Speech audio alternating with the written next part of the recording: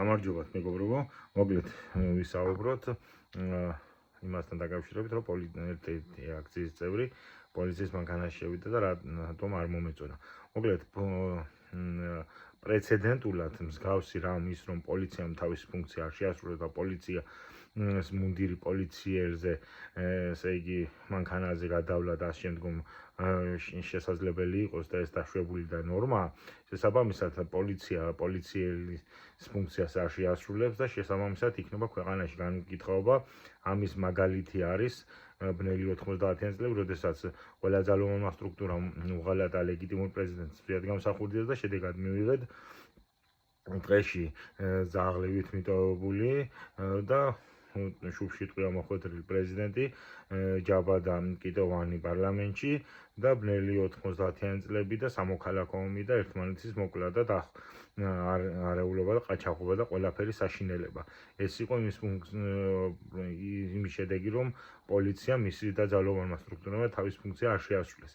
მეორე მაგალითი ისაა, რომ 2007-11 წლებში, როდესაც იმის გამო არ დაისაჯა მაშინდელი აქციის წევრები, რაც აკეთეს ბეისბოლის ბიტებით, რომ დაძდებდნენ ხალხს პოლიციის მანქანები რომ ამტვრიეს, რომ იძახოდნენ მოლოტოვის კოქტეილებს ვისვრითო და ეს ამისთვის რომ არ დაისაჯა და ვერ დაისაჯა, შესაბამისად მოვიდა რუსკოცი ბიძინა. და თუ პრეცედენტულად ესეთი მსგავსი იქნება, ბიძინას გადააგდებ და ბიძინაზე უარეს მოიყვან, თუ არ შევთანხმდებით რაღაცა თამაშის წესებზე.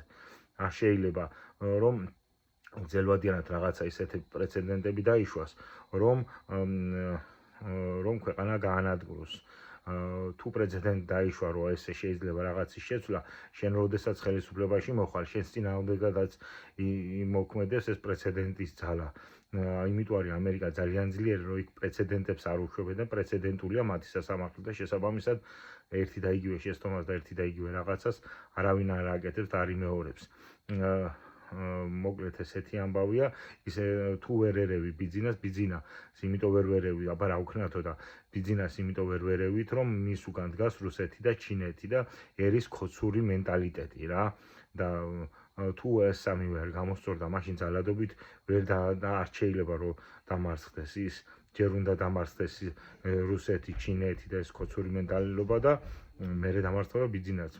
მაგრამ საქმეც მაგაშია, რომ მცირე ბიძინა და რაღაც დოზით ქოცი, ყველა თქვენ ქართველში ალბათ დიდი რაოდენობით და ამას რომ უყურებს ხალხი, რა მნიშვნელობა აქვს ბიძინა იქნება თუ ბიძინასებრი ქოცი, მაინც ერთიაო, ცვლილება არ იქნება, ამიტომ უნდა მივხედოთ ამ